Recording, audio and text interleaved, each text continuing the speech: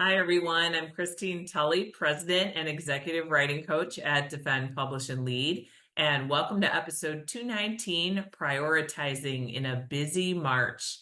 I'm going to share a screen on this episode to show how I'm unscrambling what a crazy March looks like. And I feel like every spring, or at least spring in the Northern Hemisphere, we get to a point in the semester where all the grading is due and there's lots of scholarship projects coming in and there's conferences that are happening and so on. And so I wanted to take you through a process that I tend to use every single year where I figure out what am I supposed to be doing and how am I going to make sure that all of these things happen. So what I'm showing on screen, and you don't need to see it to see how I'm kind of thinking through it, but I've mentioned many times on the podcast that I love Penzu. It is an online notebook, Penzu. You can check it out if you want to. You could do this on paper. You could do it in your planner. You could make a document. But basically, what it is sorting out all the things that have to happen into various buckets. One bucket I did not include on here is a family bucket, just things that are happening, with my children or things that I know, like, say, an orthodontist appointment. Mainly because, at least for me, I right now have some pretty set work hours, so I just worry about that in another place. But if your work is overlapping with your scholarship or your teaching or your home life, and they're all kind of mixed up together, one bucket I probably would add as I'm talking through these might be family or personal obligations or something like that. So one of the things that has happened this particular semester, this is spring of 2025, I kind of got in a position where I had sent a lot of projects out and they all came back needing something all at the same time. I just finished in January, and I think I talked about this on an episode. I just finished some final edits on a book on rhetoric and composition motherhood, which will be coming out this year from Routledge.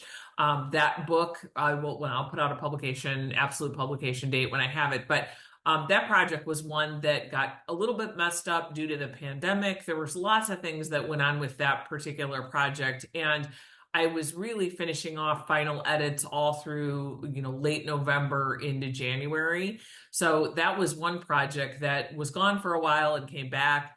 I also have an edited collection called Faculty Writing Research that's out with two co-editors. And that project has also come back that needs some final editing. So that one, I'm in the middle of working on those particular edits.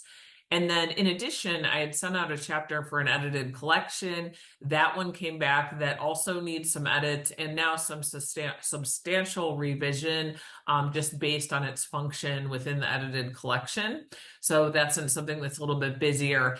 And then on top of that, I was supposed to be working on a book. I've been working on a book on sabbaticals, and I really need to, get that out, get it proposed. I've been working with an editor on that as well. So all of those projects are all getting mixed up at the same time. And then at the same time, I still have one other article that I've sometimes identified this as a yucky writing project or a project that isn't always on my radar to complete. That's still in the mix. And then once I've done this, I've done something like once I get all these things completed, I, at the moment, would have a clear scholarly pipeline.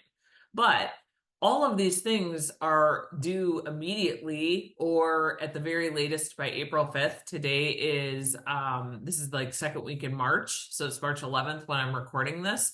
So, there's a really tight time frame. There's a lot of writing that needs to happen in the next 4 weeks. So that's all happening. But on top of it, in my teaching bucket, I am getting lots of student papers. I'm teaching 3 sections of first year writing, along with a gender studies class and advising some graduate students.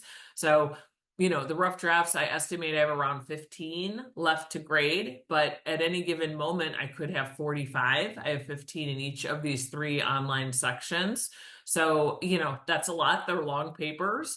I also have some portfolios I need to evaluate that go with that process. I've got to check in on some people graduating from my graduate program.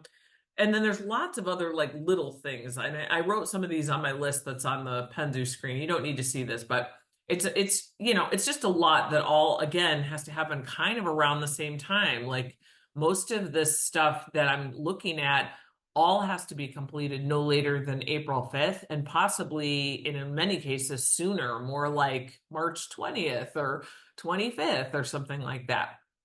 So, those are the scholarship and teaching certainly are big draws on time, but two others that I can't forget about. One thing I always try to think through, and we haven't talked about this in a while, but career advancement, I always try to think through, is there another position I want to apply for? Is there maybe a service opportunity? And I saw an editorial board that I'd really like to apply for, but guess what? The deadline for that application is March 24th. So that's a service thing that still has to get into that mix. And then, of course, just for Defend, Publish, and Lead, there's many time sensitive things that have to happen that are on my list. So one of the things that I do when I get into this kind of March craziness is I do sort through what has to happen in each of these buckets. Because for me, just making one giant to-do list without sorting them into categories generally is not helpful.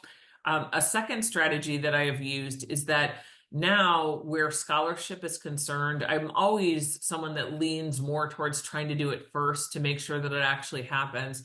But even more so, I've realized that I probably am going to have to do some binge writing where I'm writing in bigger blocks. And that means I have to somehow make those blocks available, which is something that's been really difficult for me to do. I know it's really difficult for many of you to find even 30 minutes. So a big block sounds like a luxury, but this is starting to look like that I'm going to really need to lean in all day on a day and figure out how to make that happen. How to make that happen, I do not yet know, but I can see now that my just general habits of trying to work through 10 to 12 hours of writing a week probably are not going to be enough.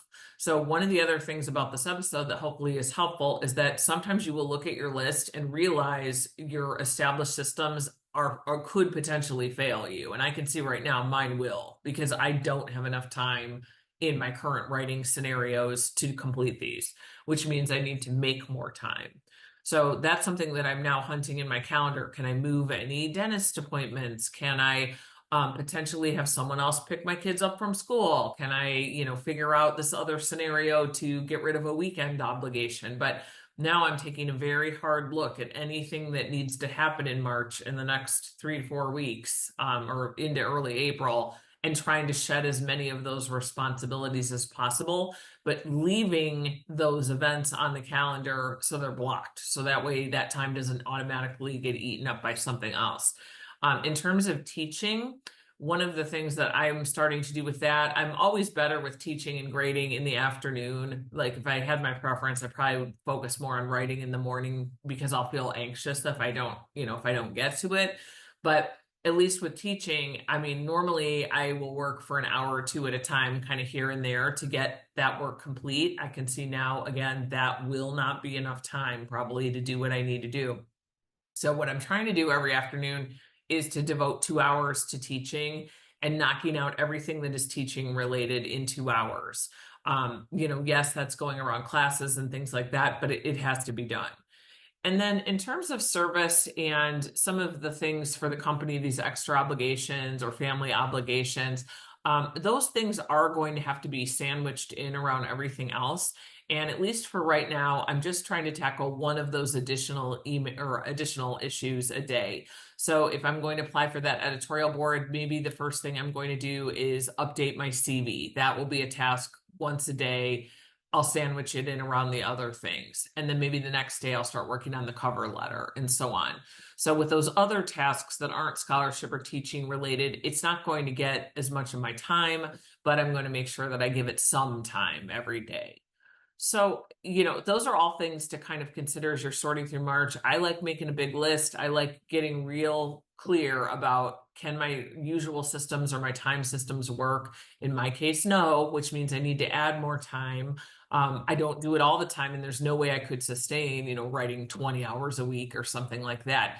But in a single week, because it has to happen, that's where I'm starting to make some of those harder decisions. And I know many of you are in that boat working on dissertations and so on. So Speaking of other obligations, it's also conference season. So there's conferences that I'm attending. I did not put those on there because a lot of times if I'm just going to a conference and not presenting, I actually get a fair bit of work done because especially if I'm going alone, I can hide out in the hotel room and work. So I did not put those on as obligations. But speaking of conferences, I do want to close this episode with a quick reminder about the Textbook and Academic Authoring Conference. This is coming up. It is a virtual conference, June 6th and 7th. As you probably know, they're one of our sponsors because I love all the stuff that they do, all their templates, all their webinars. I always mention it's my cheapest scholarly membership, but I will be walking through how to do a virtual conference in our next episode because this is something I don't think we get a whole lot of guidance about. Most of us have gone to a regular scholarly conference in person. We've probably figured out how to navigate maybe, our annual meeting every year. There's some, specific things we do, but there's not much out there on how to actually do a virtual conference well. And this one is going to be one that I'll walk through in the episode just to give that kind of feedback, but also to show you what else is coming up for that particular one. So totally worth it if you want to get a boost to your authoring knowledge or any of your scholarship. So we will talk about that in the next episode, and happy writing this week.